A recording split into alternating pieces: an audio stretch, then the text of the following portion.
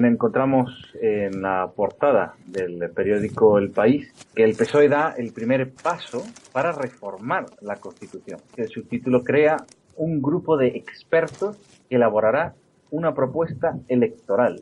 Diego López Garrido, Amparo Rubiales, Meritxell Batet y Mariano Bacigalupo son algunos de los integrantes de este grupo de sabios que llama esta de moda llamar grupo de sabios a estas cosas. Continúa la noticia. El secretario general del PSOE, Pedro Sánchez, dará este miércoles la señal de salida a su reforma constitucional con la presentación de los 14 expertos que estudian el asunto, partiendo de la base de que se defiende la ley fundamental cuando no se la petrifica. El resultado de estos trabajos formará parte del programa electoral de Sánchez, que antes lo someterá a la discusión y aprobación de su partido. La incorporación de nuevos derechos y libertades, la mejora de la calidad democrática, el refuerzo del estado del bienestar y la construcción de un modelo federal para España son los puntales de este proyecto socialista. Bueno, primero quisiera comentar el titular. Es bastante llamativo porque dice que el PSOE da el primer paso para reformar la Constitución. O sea que ya básicamente el titular da por hecho que estamos ya en el proceso de reforma de Constitución. Hay una serie de pasos y el primer paso es salir en la portada del País diciéndolo. Ese es el primer paso. Ya está medio hecho. Bueno, esto es un poco llamativo.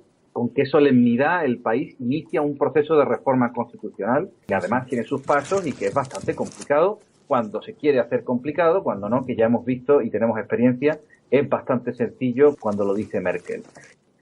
Primero dice que hay un grupo de personas, 14, que son sabias por lo visto, entre las que siempre dentro del PSOE destaca Diego López Garrido, que parece que es el gurú que tienen ellos desde hace ya tiempo, que él sabe lo que nos conviene a todos y él sabe cómo tiene que ser la Constitución y probablemente pues sería otro padrino de esa futura Constitución. Bueno, también destaco a Mariano Bacigalupo, ¿no?, que es el que, como todos sabemos, y don Antonio siempre ha destacado como el que estableció la doctrina de la estigmatización respecto a este hombre, a Felipe González, al que no hay que tocar. Hay personas, estos neofranquistas tienen la costumbre de divinizar a algunas personas, no se deben de tocar al rey, no se debe de tocar a Felipe González, hay personas que están por encima de los demás y esa es la base de la Constitución, la desigualdad ante la ley. Lo que la partidocracia que tenemos hoy en día se basa precisamente en eso, en que no somos iguales. Y uno de los representantes de una doctrina que establece la desigualdad legal en los españoles fue Mariano Bacigalupo, uno de estos 14 que llaman ellos sabios, ¿no? Vamos a detenernos un momento en los pilares que dice el País de este proyecto partidario, partidista, faccioso. La incorporación de nuevos derechos y libertades. Bueno, lo que ya hemos comentado muchas veces en estos micrófonos, ¿no? Se trata de ir sumando concesiones otorgadas por el Estado a los súbditos de esta monarquía de partidos. Nos van a ir dando más cuartelillo a los ciudadanos para que podamos pues tener buenos derechos individuales. Nos los conceden y nosotros pues somos muy agradecidos y los refrendamos yendo a votar, ¿no?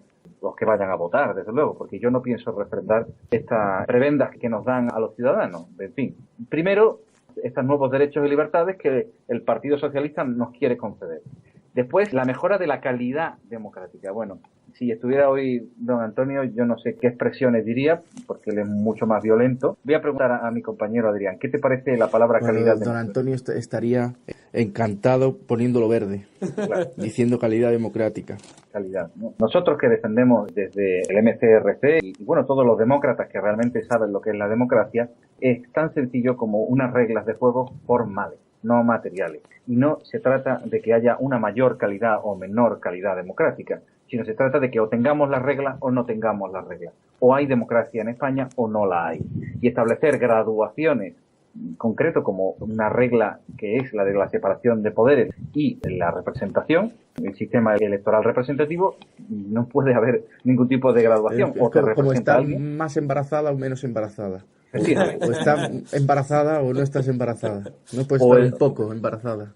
O jugamos con las reglas del ajedrez o nos inventamos a otra cosa y lo llamamos de otra manera, pero aquí no hay variaciones. Habrá que ver qué es lo que tienen en mente estas personas cuando dicen esto. Probablemente nada más que transmitirnos la confusión que tienen ellos en su cabeza. Pero bueno, Después habla de el refuerzo del estado del bienestar. Todo esto me recuerda a las medidas sociales que hacía Franco, ¿no? O sea, esto me parece que, como buenos franquistas, pues lo único que hacen es repetir, pues eso, dar casas, dar protección social, que la gente esté bien, el estado del mejor estar, que llamo yo, ¿no? De una serie de valores materiales, una vez más, en un texto que debe ser eminentemente formal.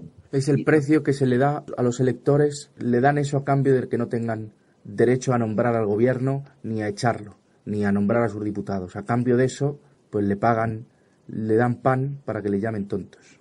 Me quedo alucinado con que es una enumeración tanto de los derechos y libertades como los del estado de bienestar, pero la repera en bicicleta, con perdón de la expresión, es ya el modelo federal para España, que esto es una bandera que Diego López Garrido se empeña en introducir en todos estos proyectos para España, ¿no? Menuda cosa falangista, ¿no?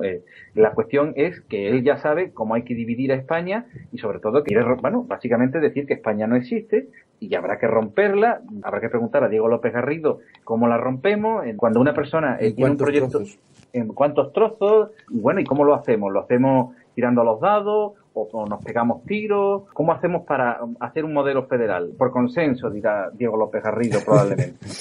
Vendrá un ángel, se meterá en nuestras cabezas y nos dirá qué es lo que tenemos que pensar. De verdad, esta gente no tiene ni idea de lo que es la libertad. Esta gente quiere imponer a los demás su propia visión, desde un partido, desde una ideología, cómo tiene que ser España, y de libertad constituyente, nada. Esto es la idea que tienen el Partido Socialista y todo por extensión, el Partido Popular y Podemos. Albert Rivera ahora se erige como el adalid del consenso, de unos nuevos consensos, yo diría incluso y consensas. Hay que ser machista. Lo que hay que hacer es meter en la cabeza la ideología del Estado en el que ellos están desde hace décadas, y pues simplemente probablemente nos pasarán un papelito, un referéndum, como ha hecho Tsipras en su país, y nos dirá sí o no. Y la gente pues dirá, hombre... irá a celebrarlo a las Cibeles.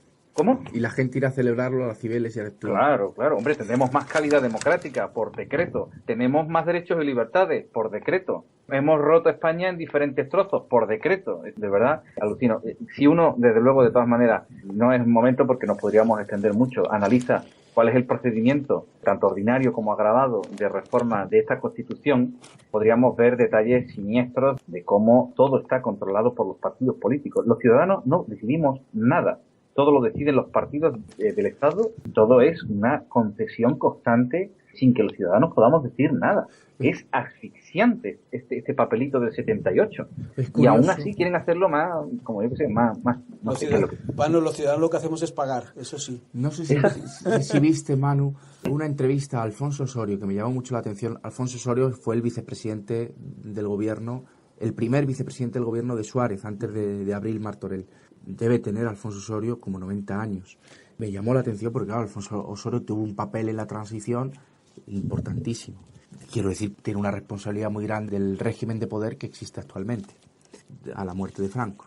Y dijo que él estaba en contra de que los partidos políticos se financiasen, de que no hubiese separación de poderes y de las listas de partidos, del sistema proporcional. Entonces es curioso cómo se ha degradado, cómo se ha corrompido aún. Bueno, no es que no estuviese corrupta, que no quiero que me malinterpreten los oyentes, y no quiero tampoco defender a Alfonso Osorio porque es responsable en la parte que le corresponde de lo que hay, pero es curioso que algunos de los padrinos de la patria de entonces, aunque Alfonso Osorio no es uno de los que hiciera la Constitución, pero claro que es responsable del régimen político que se instauró a la muerte de Franco, pues que él mismo se asombre del producto, del resultado de su propia acción política durante la transición, y que critique tan duramente los resultados, el efecto de la Constitución y de lo que ellos mismos propusieron, que fue la reforma del régimen del general Franco. Pero decía que los políticos es peor ahora, porque cuando escuchaba a Alfonso Osorio hay que reconocer una formación y una seriedad que de los que has leído ahora, de los dirigentes del Partido Socialista, de los sabios, tiene.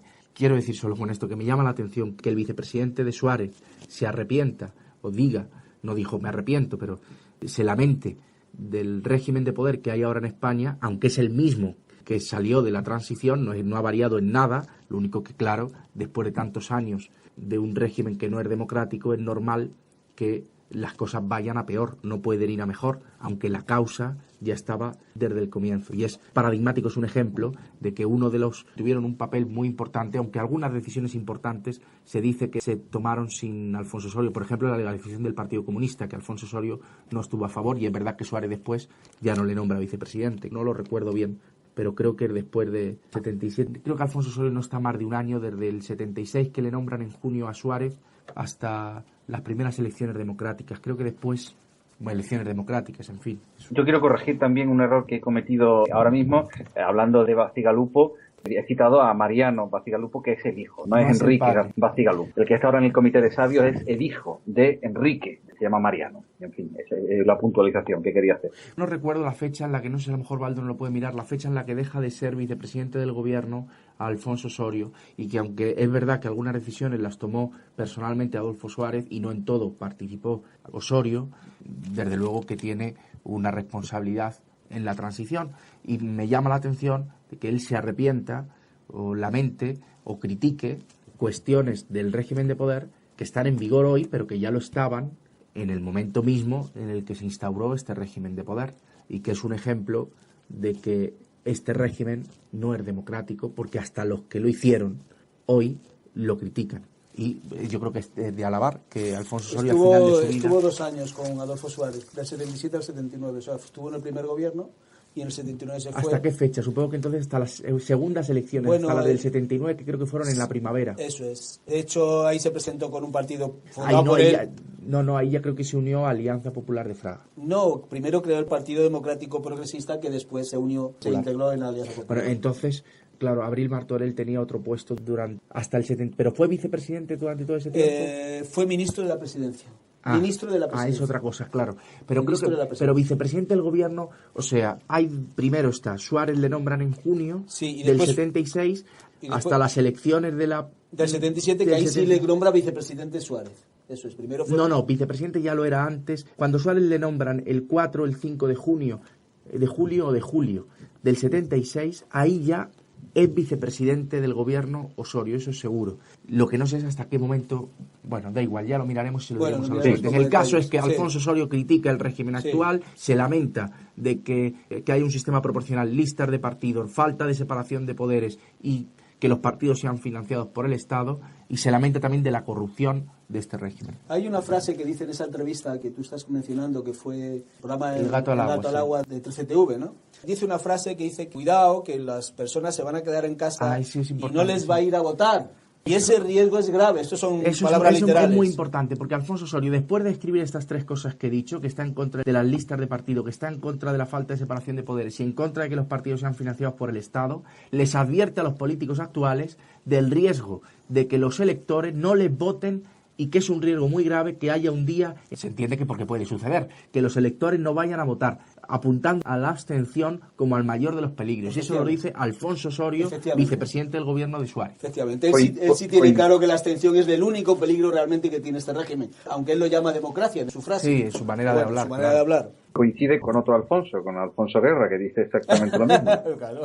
¿Qué dice que no te he oído? No, es que, dice lo mismo, que hay que votar, simplemente, claro. Alfonso Guerra recientemente también ha dicho precisamente eso, el mayor enemigo es la abstención. Claro, está claro. Lo saben tanto los franquistas como Alfonso Osorio, como los neofranquistas como Alfonso Guerra. Y la cuestión es que los ciudadanos pues sepan que no podemos ni siquiera elegir a nuestros representantes. ¿Qué vamos a hacer yendo a una urna a meter un papelito? No tiene ningún sentido, ¿no? Hasta que no se extienda esta idea, se irán refrendando el tercio por lo menos convencido a esta partidocracia. Nada más decir que Alfonso Osorio fue ministro de Suárez solo durante un año aproximadamente, fue ministro solo.